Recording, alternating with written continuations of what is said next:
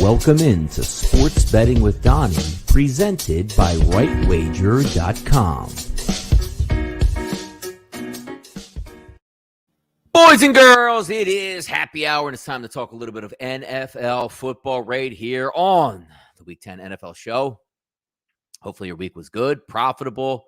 Last night, not so much for me with prop betting. Thank you to the Baltimore Ravens, but a decent night in the NBA. But this weekend, looking like we are going to get after it once again. There are some interesting spots here on the card that we're going to go over tonight. So, normal times, 30 to 45 minutes we have to spend together before I have to get out of here and get on radio and break everything down. So welcome into the show. Everybody watching maybe for the first time. If you haven't checked it out, we do this powwow each and every week on Friday at 6 p.m., latest injuries, latest weather conditions, some prop bets, some bets that I'm digging on right now, and certainly just to go ahead and share that information as we head off into Sunday, which is going to be Week 10.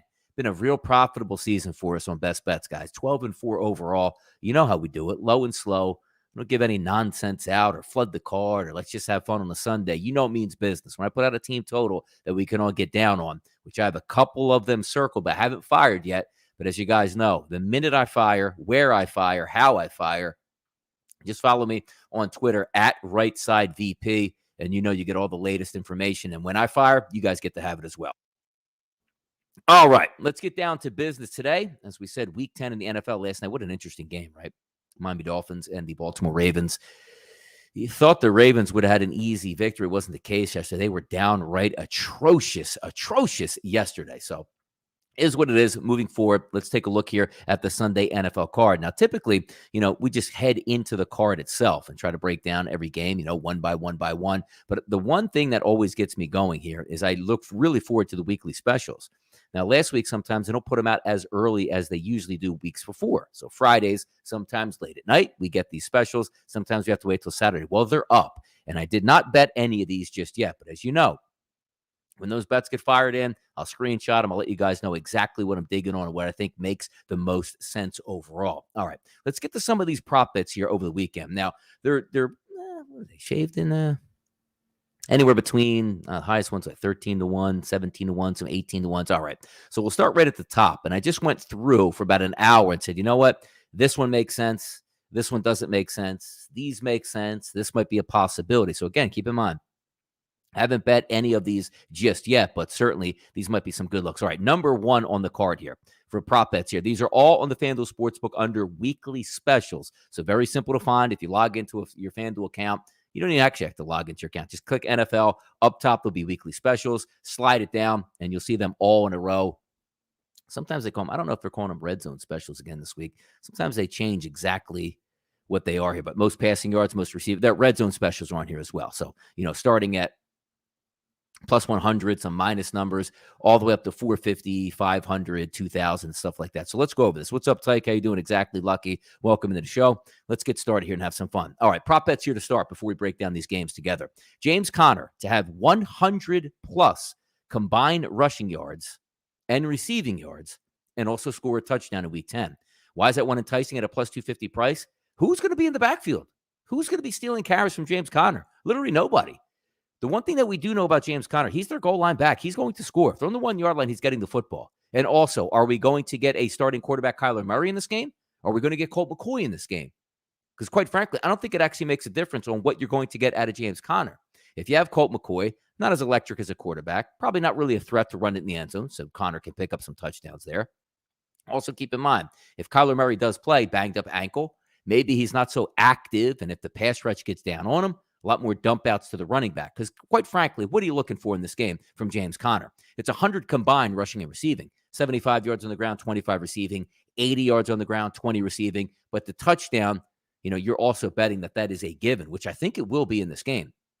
Going up overall, Carolina's defense, very good. It is a good defense. But if you're looking from a totals perspective in this game, the 44, we're going to get that and break down a little bit later. Maybe it's not the high wire effect that we think it's going to be with points scored. So you're looking to keep it on the ground, looking to not make mistakes. And if you're the Arizona Cardinals, this isn't college football. So theoretically, you don't have to outscore the other team by 100 points to move up in the rankings, right? So if you think Arizona's going to win this game, that means they'll have the lead in the fourth quarter, maybe some extra carries as well.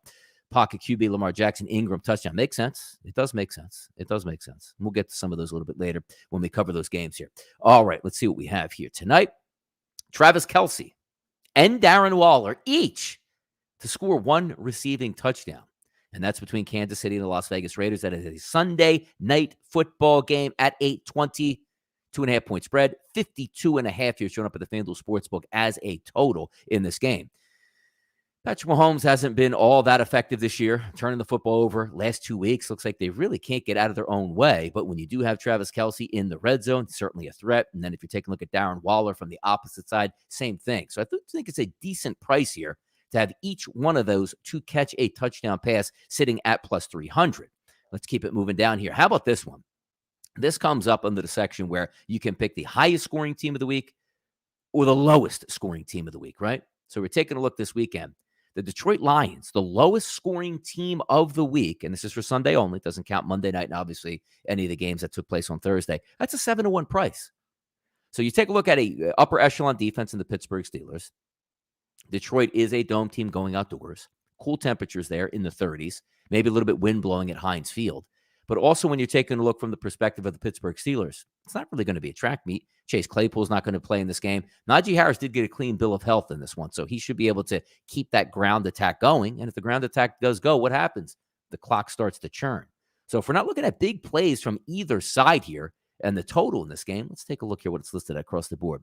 42.5 at FanDuel, 43 at Bet365, 42.5 DraftKings. So roughly between 42.5 and 43. We're not expecting a lot of points overall. I think that Pittsburgh Steelers defense can hold that Detroit Lions offense down. So maybe not a bad look here at a 7-1 price here. Now, more of a fun bet, not really of a capping bet here. Each team to score at least one touchdown in the 1 o'clock games, the 4 o'clock games, and the 4:25 games. It sounds easy, right? Now, wait a second. Each team just has to score a touchdown, but that's going to include the Jacksonville Jaguars, who 2 weeks ago scored one touchdown. It was late in the ball game when they're down 31-0. Last week, they didn't even score a touchdown. So you're going to have to fight through those. Usually it's the Jets you worry about, right? But going up against the Buffalo, but Buffalo does have an upper echelon defense, top 5 in the NFL, but you do have Mike White starting. They're probably going to be able to score a touchdown on that one. New Orleans, and hold on here. This is what I like to do. Ready? Watch this. Watch this. Let's go to... All right, ready for this breaking news?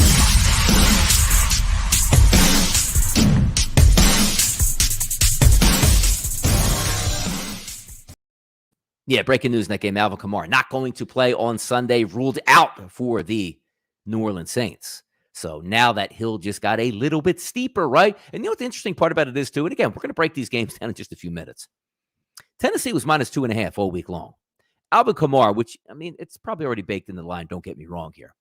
Alvin Kamara not practicing on Wednesday, Thursday, or Friday today, now ruled out. That hasn't moved at all. Like, so Trevor Siemian's going to go on the road against Tennessee, and they're going to play a good football game. With what weapons? Like, what world do I live in right now? And I know you're looking at that line, like, hey, that sounds like a stone cold Saints line. And I understand that they don't always win that way. But at the same time, but look at that. It doesn't make any sense, man. It doesn't make any sense. What's good, Akbar? It doesn't make any sense. Like, why would Tennessee only be a 2.5-point favorite after knocking down bowling pins like the best teams in the NFL week after week after week? And now you're going to play the New Orleans Saints without their normal starting quarterback. Obviously, Jameis Winston tears his ACL a few weeks back there. Trevor Siemian hasn't been that great of a quarterback. Taysom Hill is going to be back here, but more of a package quarterback where he's going to, have a handful of plays maybe in the red zone. Just doesn't look right here, because I don't know how New Orleans is going to move the football, so they might be a threat to me of actually scoring points here. But for myself, with the Detroit Lions 7-1, I think it's decent. But that whole touchdowns, 1 o'clock, 4 o'clock, and the night game, it's a fun one to cheer on. But also, you take a look maybe at the Carolina Panthers with P.J. Walker, quarterback. But also keep in mind, Christian McCaffrey is back in that game too. All right, let's move it down here. A tab at this one, 10-1 bet. Tom Brady, Josh Allen, and Carson Wentz to each have 300 yards passing.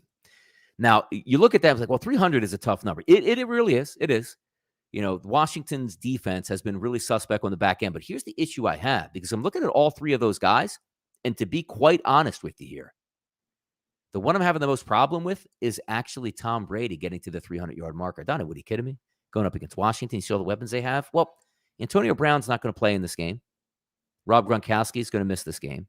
Chris Godwin finally got out to practice on Friday, but he's a game-time decision.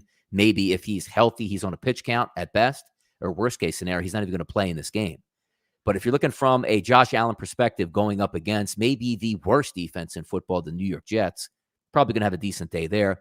Carson Wentz going up against the Jacksonville Jaguars. I know they played decent last week, but Wentz now back with a healthy T.Y. Hilton should be able to put up big-time numbers in that game as well. So a 10-1 look in that price for each one of those quarterbacks, Brady, Allen, and Carson Wentz to go over 300 yards. Again, I think the tough one here is actually going to be Tom Brady in this one. What's good, Adam? It's going. Yeah, we do. I do. I'm going to go over some circle team totals that I have. We're going to eat good this weekend. We do, because I have a couple choices that I really like. Haven't fired on. Just trying to cross the T's and dot the I's. Might be a little bit expensive to juice-wise, but as you guys ask me a lot, like I'm 12-4 overall in the team totals. And if you guys have been following along all the time, chances are we're going to blow the doors off these team totals. So I just like, for insurance purposes, to bet underneath numbers. But look at the past couple of weeks. We basically doubled our team totals. And a lot of people ask me behind the scenes, I can't get 21, or I can't get 20, or 19, or 23. What do you advise? Take the bet. Take the bet. If I was worried about it not winning because of 1 point, then I probably shouldn't be wagering it. But the reason I do that is because I know the value of getting under key numbers, and I'm willing to pay for it. Other sports books are out there that offer that. I will pay for it to get under numbers. But certainly, I'll let you guys know what it is here. All right, let's keep moving down. Each team to score one or more passing touchdowns in the 1 o'clock time frame. So we have this week 1, 2, 3, 4, 5, 6, 7 games. Jared Goff's probably going to be a tough one there, right? Trevor Siemian, possibly a tough one here. And then, of course, take a look at Trevor Lawrence in that offense for the Jacksonville Jaguars. It's not a bad look because primarily when teams are getting blown out, they're going to be passing late. Even if you have a bad offense, which means you kick 2 field goals in the game, it's probably a really good chance that you were getting blown out and you might be able to throw one late. Again, that one is a 16-1 price.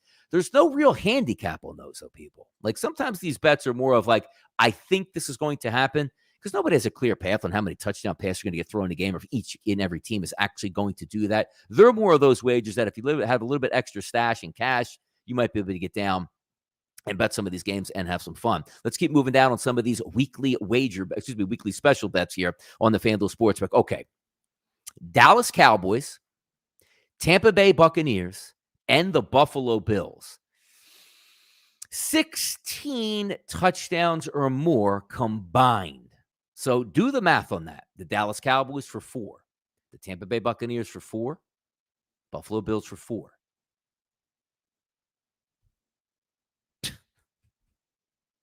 Doesn't even get you home. Think about that. 4, 4, 4. That's 12 touchdowns. Seems like a lot at sometimes, right? That ain't even going to get you home at this point. So 16 combined touchdowns. So what are you actually looking for here? What happens if we go 5, 5, and 5? Can you do the math on that as well? That's 15 for each one of those teams to get 5 touchdowns apiece. I need more than 6-1. I just thought it was an interesting thing that actually came up. Isn't it? Let's go. 16. Like, can they do it? Yes. But the fact of the matter is, when you look at an NFL game and you say their team totals are in the high 20s, that's 4 touchdowns, right? So let's just say they all hit their team totals, which would be in the 30s. 5, 5, and 5. That's 15 touchdowns. You still need at least another touch. So somebody's got to come up with 6 touchdowns and the rest to get 5 touchdowns. Can they? Yes. 6-1. No. 60-1? Maybe. But sometimes I like to bring up bets there that sort of, you look at that and like scratch your head like, that seems a little bit tough to do, because also when you're taking a look at the price tag at the 6-1 price, you're also trying to factor in a combo and say, what happens if one of the quarterbacks gets hurt in this game? There's no shoo-in. Like, it's hard enough to get 3 touchdowns in an NFL game for each team to actually get 5 and have one more at least get 6 or more at that point. It's wild stuff, man. 6-1 is too short of a price. All right, let's take a look at another one here. Interesting. Any 4 of these players to score 1 or more touchdowns here. Any 4 of them. So what that means is you're going to give you 5 football players here, but 4 of them have to score a touchdown or more to cash this bet. It's 12-1. Now, normally it sounds a little bit tough. It is Chalk Weasel. I mean, they gave you 3 high-powered offenses, but that doesn't fit my eye plan at all. So let's take a look at this one here. 4 out of these 5 guys to score a touchdown. It's not a bad wager when you think about it here. Amari Cooper, Dallas's lead dog, going up against the Atlanta Falcons. The team total's in the 30s. It's a good chance that he's going to catch a touchdown that game. Deontay Johnson for the Pittsburgh Steelers. No Chase Claypool. Horrible defense for the Detroit Lions. Now, I do think Pittsburgh runs it a lot more in that game, but there's a really good chance that he's going to be a target and have the chance to score a touchdown. Cole Beasley for the Buffalo Bills. You're playing one of the worst pass defenses in the NFL. Chance that he might be able to score there. Marvin Jones and Nelson Aguilar. Now, you see that gets it. No, Amari Cooper, okay, that seems like a legitimate one. Deontay Johnson. Okay, in the last couple, you just need to get, one of those there through the door, or basically two of those through the door. It's a 12-1 price, so it's big. It's just an interesting wager. Haven't leveled it, haven't bet it, but it's just out there. Now, running back props to me are sometimes some of the hardest things to try to work through and find a pathway. This one is very interesting to me because the usage share and the defenses that you're going to go up with. Take a look at this one here. Take a look at this. Jonathan Taylor, Najee Harris, and Ezekiel Elliott each to have 100 or more rushing yards. So you need three guys to go over 100. It does sound like a lot, but let's hear it out. 13-1 is the price tag on this. Jonathan Taylor going up against the Jacksonville Jaguars and the Carson Wentz-led offense favored by 10.5 points. He's a dominating running back. He can go the distance at any time. All he needs is 15 carries. He might be able to bust that 100-yard marker. Don't have to worry about touchdowns. Number 2, Najee Harris. At home for the Pittsburgh Steelers versus one of the worst defenses in the NFL, where Pittsburgh is going to be handing the football off, and his usage rate has been outrageous for an NFL rookie. And then also Ezekiel Elliott in that game going up against the Atlanta Falcons. That seems like a legitimate one. Would it be a little bit more comfortable if he said, okay, give me 75, 75, and 75 and drop that down to like a 7-1 price tag? That might be legitimate. But that's still an interesting one because you got 10 bell running backs out here that should be on teams that win their football games comfortably and going up against defenses that are pretty suspect. That's an interesting one at 13-1 here. All right. Now, here's another one that we're going to take a look at from a wide receiver perspective here on the weekly specials. Any 4 again. So they're going to give us 5 players to score at least 1 touchdown at a 10-1 price here. Ready for this one? Mike Evans, who, hey, if Godwin doesn't play and Antonio Brown doesn't play against that bad secondary, legitimate chance he scores. Stephon Diggs as well, going up against a horrendous secondary. So you could factor into me. It wouldn't be any surprise if Mike Evans and Stephon Diggs each scored a touchdown in their game. Now, also, same game here with the Buccaneers. Terry McLaurin is also included in this. Number 1 wide receiver for the Washington football team.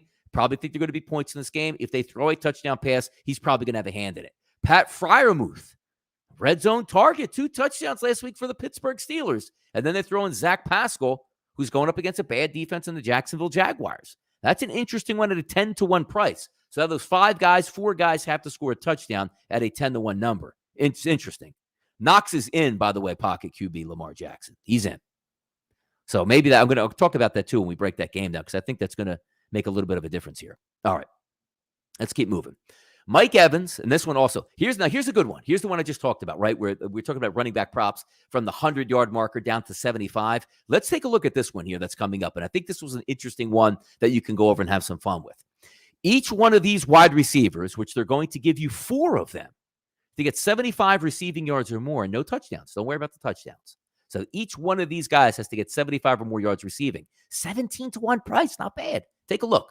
Mike Evans certainly should get his target share here going up against the Washington football team. Number 2, Terry McLaurin, same guy we talked about. Market share should be huge. Obviously, Curtis Samuel not going to play again this weekend. You're playing the Tampa Bay Buccaneers. That secondary is a little bit susceptible. Not bad. Take a look at Michael Pittman for the Indianapolis Colts. Not bad, man. Big play target against a bad defense. 75 yards for him. And Marvin Jones, same thing.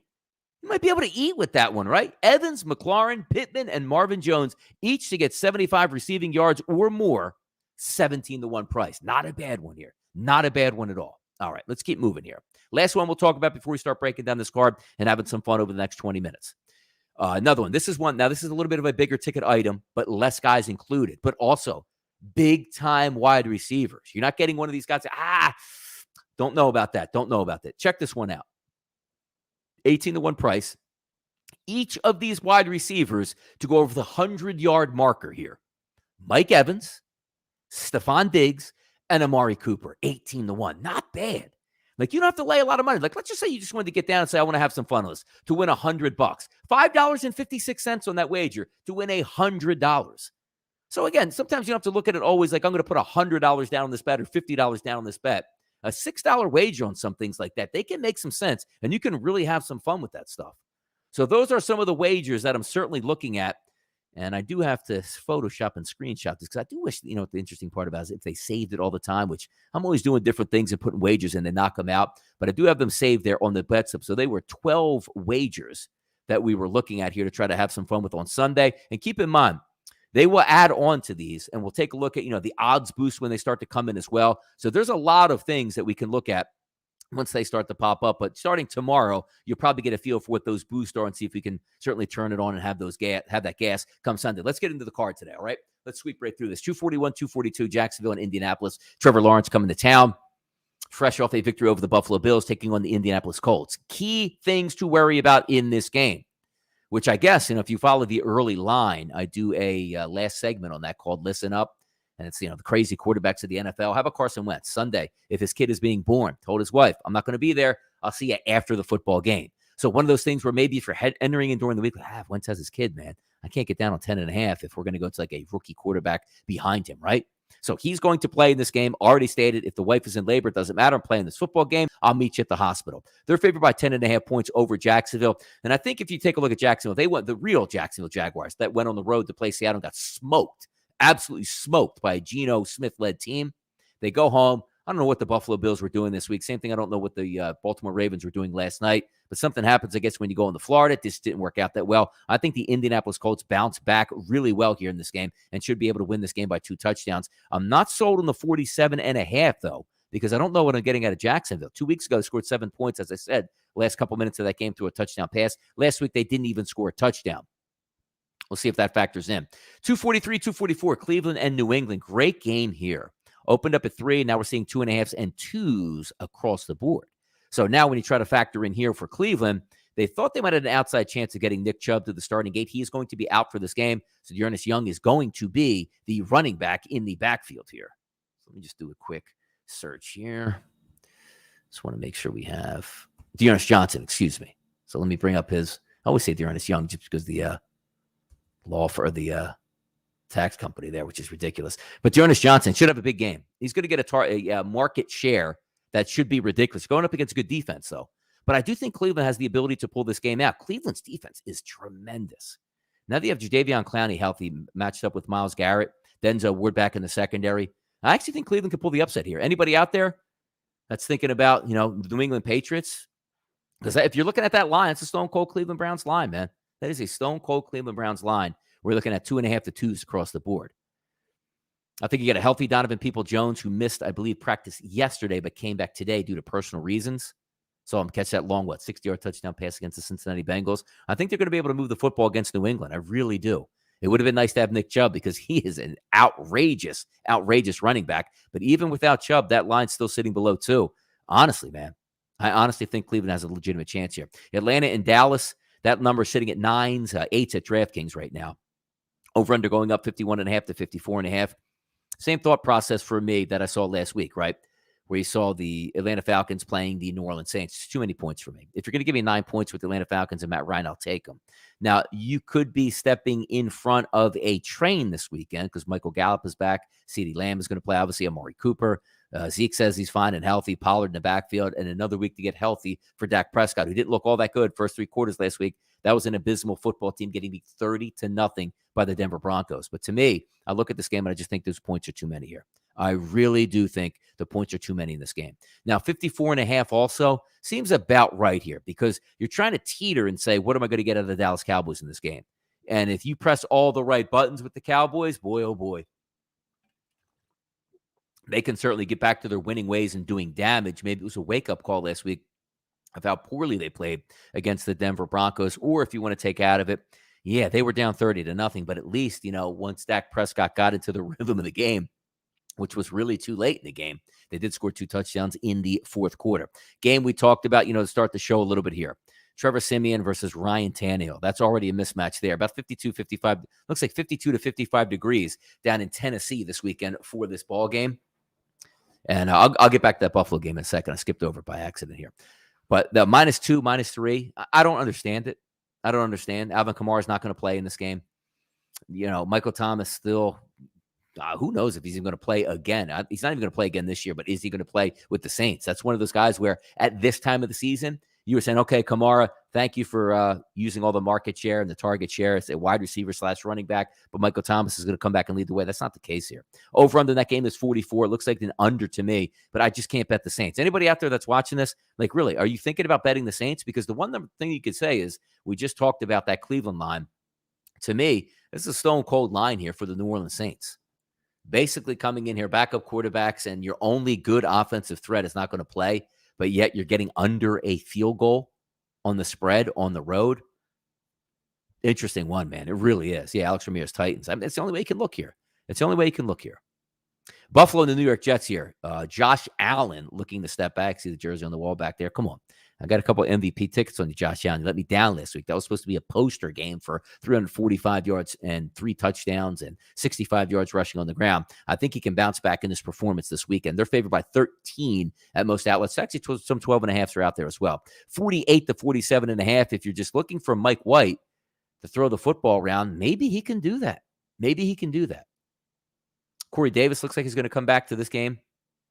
Coleman, the running back, explosive guy, looks like he's going to be back in rhythm this weekend for the New York Jets. So maybe the over is a good look, but I do think Buffalo is going to right their ship here. Dawson Knox is coming back, and it doesn't who's Dawson Knox? But to be quite honest, that offense was humming along 30s and 40s weekly when Dawson Knox was playing. He steps out or gets hurt, I believe, in the Tennessee Titans game, and they go in the tank against the Dolphins and the tank against the Jacksonville Jaguars. Maybe they'll be able to bounce back. But the one thing I do know is the Jets have a horrendous defense out here. A horrendous defense. Horrendous. And they should be able to get up and down the field against them. So I think you want to lay 13 on the road? Why not just look at a team total? It's 33. You're going to have to pay for that team total in that one. But if you're looking from a props perspective here, that's probably the game for you. Now, I don't know what I'm going to get out of Mike White either. As we saw, left the game versus Indianapolis. Said he's fine, said he's good to go. Joe Flacco, I believe, is going to be the backup quarterback in this game. So if Mike White does go down, you're not even going to get Josh Johnson, who actually played very well against the Colts.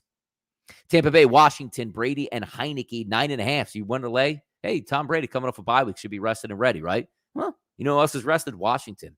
Still, though, Curtis Samuel not going to be able to play in this football game. Probably should just shut him down for the year. And I feel bad because Washington was one of those teams that I circled before the season. Not because I thought they'd be a great team, but I thought they would have a legitimate chance to move the football. Whether it be Ryan Fitzpatrick or Taylor Heineke, 2 good wide receivers, good young, talented running back, decent tight ends. Just wasn't the case here for them. They're never going to be healthy. But at the same time, I'm not taking 9.5. I'm not laying Tom Brady 9.5 on the road. As I said, no Gronkowski, no Antonio Brown, and probably no Chris Godwin. You laying 9.5 on the road with that? And what has shown you Tampa Bay goes on the road and blows teams out? They don't do that either. So Washington for me in this game, give it a 9.5, and who knows? Maybe people bet that up to 10. Not going to do it.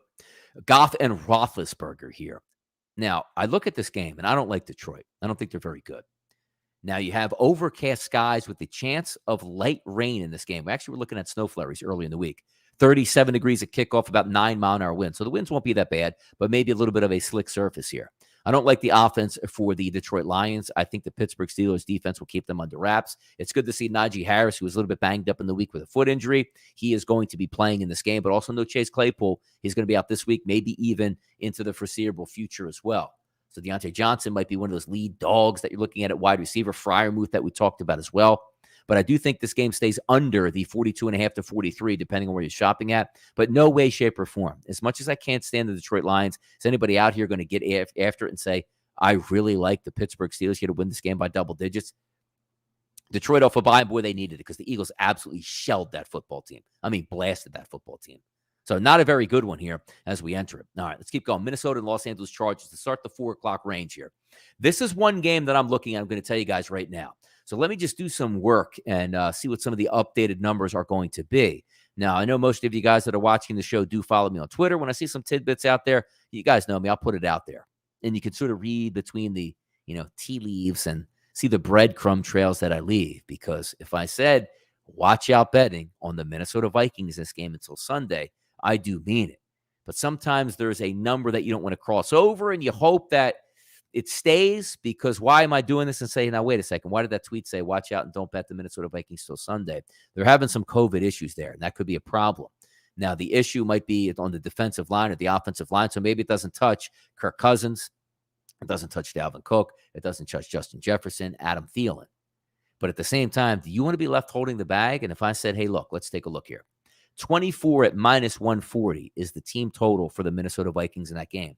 If everybody shows up to that game healthy for Minnesota, they'll get to the 24 points. That's a bad defense on the Chargers. But the same thing that we like about the Chargers having a bad defense, they have a pretty good offense. So you can have that running mate, as we talk about quite a bit. Last weekend, we hit the Minnesota Vikings on our team total fairly easily. Kickoff to start the second half, cash that ticket in, could shut the game off and relax here. Dalvin Cook should be healthy for this game. The wide receivers should be healthy in this game. And how about Kirk Cousins on the season, folks? 16 touchdowns and only 2 interceptions. He's a very good regular season quarterback. You're not going to have any issues with wind, rain, grass, anything like that. This game is going to be played in a dome, and I think we are going to get points. But this is one of those games I do have circled for a look here. The reason I haven't fired on it is because there are COVID issues. Kirk Cousins gets it. Dalvin Cook gets it. Adam Thielen gets it. That's going to be damaging, and nobody wants to be left holding the bag. So file this one under. Let's hold for right now. But the Minnesota Vikings are high up on my board here. They say, Donnie, why aren't you looking at the Los Angeles Chargers? I hear you on that. Chargers should be able to move the football and vice versa. But I just like the big playability of Minnesota. 2 big-time wide receivers and Dalvin Cook on turf. I think that's going to make a lot of sense in that game. And also keep in mind, very poor run defense for the Chargers. And Bosa banged up with an ankle injury, so he won't be 100%. If he's not, you should be able to do some damage against that defense here. Carolina and Arizona, no real interest in this game, guys. 44 is a total, 10.5 here as a line for Arizona. It looks like Kyler Murray is going to be the starting quarterback. We talked about one of those James Conner props, which makes a lot of sense in that game. But from a Carolina perspective, you are getting Christian McCaffrey back, but it's P.J. Walker at quarterback. I can't live. I don't care how low that team. What is that team total, by the way? Let's take a look at Caesars here.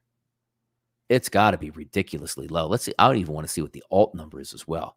So let's bring up the NFL. Boy, man, sometimes it takes so long to find some of these games here on these different sports books. Make you click on different nonsense things. So the total in that game is 44. Let's slide it over here and see if we can find some 15 at minus 140. 15 people at minus 140 is the team total for the Carolina Panthers. That tells you how bad that football team is.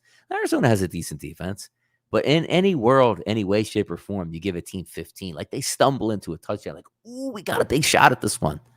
That's amazing to talk about. But again, from a betting perspective in this one, no real interest. Seattle and Green Bay. Line sits at 3.5 here at the FanDuel Sportsbook as a favorite towards Green Bay. All indications point towards Aaron Rodgers playing in this game. But again, keep in mind, he's been out close to 2 weeks. Has been away from the team. Yeah, he's checking in on videos, and he knows the offense like the back of his hand. But it's also not like being out there and making every throw crisp.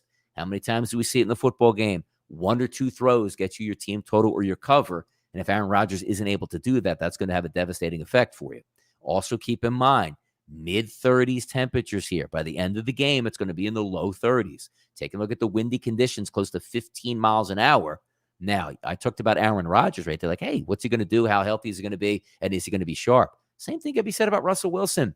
Russell Wilson's not used to missing games in the NFL. When you take a look at a quarterback who, one's coming back from COVID, okay, but it doesn't have anything really to do with the arm or the hand or the throwing motion or the fingers on the throwing hand. That's what the issue is going to be for Russell Wilson. Now, he was keeping himself in shape, and obviously with each and every one of those primetime football games that the Seattle Seahawks were in, you saw Russell Wilson doing his fake huddles and running through plays. So, he's mentally sharp, and it looks like from all intents and purposes that he looks like he's ready to go and saying all the right things here. So if I actually look at this game, do you want to take Seattle? Not necessarily, but the defense is getting better in this one. I think Russ, if he's healthy, should be able to keep it under. Now, also keep it under that 3.5, maybe with a chance to win. But isn't this the perfect game that you guys can take a look at here and say to yourself, okay, maybe a live bet in this one? Because do you want to look at this game and after the first quarter have Troy Aikman saying, like, We talked with the Seattle coaching staff, and they said that this week, Seattle's not going to throw the ball that much because they don't want to, put strain on his throwing finger. Like, you don't want to be stripped in that. But you're right. I'm looking at the sound. The line does stink. If this was a healthy Rodgers versus Seattle, that line's probably a little bit higher. 4s, 4.5s, 5s in that range here. So giving a lot of respect to Seattle. Chris Carson also not going to play in this game. There was some thoughts that he might be able to make it back in time from that neck injury, was out on the practice field this week, but they're just trying to get it loosened up for him so he can maybe come back at a later time. No real great feel in that game because keep in mind, the weather's starting to creep in here. Remember, we had all those nice days in September and October. Those are starting to disappear in some of these colder cities like Green Bay, Philadelphia, and Denver here. All right, interesting move again. And you've heard me talk about this, it seems like every single week. Philadelphia Eagles get a lot of respect around the NFL, particularly in the betting markets. This week, no surprise. Denver absolutely filleted the Dallas Cowboys on the road. Now they're coming back home. Philadelphia Eagles played close to the Chargers at home, but weren't able to win. Seems like the MO of the Eagles is when they play a decent team, they might be able to hang around, but not going to win the game. The only issue is in this one, they're not getting 3.5 points or 4.5 points or anything more from the Denver Broncos. At the FanDuel Sportsbook, they're getting 1.5, 2 at Bet365, 2.5 at DraftKings, and 45.5 across the board as a total. Another circled game here for us, people. Not on the Denver Broncos, but on the Philadelphia Eagles. Now, you're looking at this line why it's a little bit low as well. There is some COVID issues that Denver is having. Keep in mind this weekend, the Denver Broncos are going to be down 3 offensive starters on the offensive line alone. I love their wide receiving core. I love their running backs. I do like Teddy Bridgewater, but if you can't block for any of them, the offense is going to stall out. But take a look from a Philadelphia Eagles perspective. The one thing that you do have to recognize and respect is that the Philadelphia Eagles are moving the football. They really are. So if we look at just the last, let me just bring up some stats here over the past couple games to take a look at what they're actually doing. Running the football more. Like, look at the last game versus the Chargers. Only 155 yards passing. The game before that, Detroit, 114 yards passing. The game before that, 223 passing. Before that, 113, 182. You get the drift. They don't throw the football that much. But look at the scoring that they've been doing here. Versus the Chargers, 24 points. Versus Detroit, 44 points. Versus Vegas, 22 points. Versus Tampa Bay, 22 points. Versus Carolina, 21 points. Do you sense a theme here in this one? Because you can get 19.5 at 165 sitting there at BetMGM. You can get 20, I believe, at 160 sitting at Caesars. Haven't fired on this game yet, but I got to tell you right now, the Philadelphia Eagles are high up on my board to get into the low 20 range here in this football game. So watch out for that one as well. That's one that we're going to be certainly eyeing up tomorrow. We have a little bit more time to break it down and see if there's anything that, comes out of this type of stuff. Now, next up here that we're going to look. Sunday Night Football, Kansas City and Las Vegas. This is an interesting game because, again, look at the respect that you're getting for Kansas City, but at the same time, they are inviting you in like, hey, come on in here. Come on at -2.5. -2.5 on the road. Not 3, not 4, not win by a touchdown. They're just basically telling you, look, Kansas City has been atrocious on offense the past 2 weeks. The one thing I was hoping was going to take place in this one also is Clyde Edwards-Helaire would be coming back. He's not going to. Looks like from Andy Reid. Unless Big Red, which he's done quite a few times, going to be a stretch to play Sunday. Oh, my God. Miraculous recovery on Saturday. And Clyde Edwards-Helaire plays. Because when Clyde Edwards-Helaire is healthy, that offense is different. It just really is. Screen pass opens up, a little bit more explosive in the running game. But do you trust the Kansas City Chiefs? Are they ready to take your money once again from betting on them? Because they are terrible in this role. It looks so easy out here, 52.5. Yeah, Kansas City rolls into Vegas and blows this team out. Such a tough game, man. Such a tough game. Donnie, Arizona team total under 27.5. Might be a decent look here. That's not a bad play. You want to wait, Adam, to see what we're actually getting out of the quarterback position.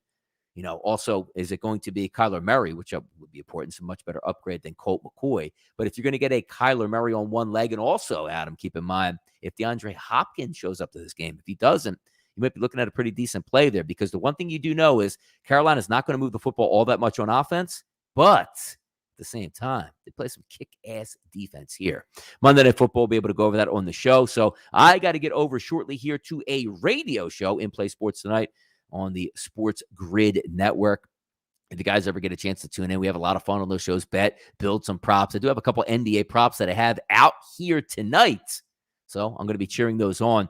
But I love this Friday show, and I'm glad you guys tune in and have some fun with me. Just setting the table. There's a lot of prop bets out here. If you guys have any questions on prop bets, hit me up on Twitter. Heck, you guys know me. Most of you guys hit me up in the DMs anyway. I try to answer each and every DM I get here because I enjoy it. I enjoy going back and forth, having a lot of fun, and, switching it on and off and, cutting it up a little bit. But that'll be the show here for Friday. So thank you guys for tuning in to the Week 10 NFL show. Keep in mind, follow me on Twitter at RightSideVP. When I fire one of these team totals, let's all get down and eat 12-4 on the season on those. And let's see if we can nail some of these long shot props as well. So Friday night, I'm probably going to do it again next week. I do appreciate all the love and support from you guys out here. But it is time to get out of here. Thanks again once for tuning in. Let's do it again next Friday, guys. See ya. Thank you for tuning in to another episode of Sports Betting with Donnie, presented by RightWager.com.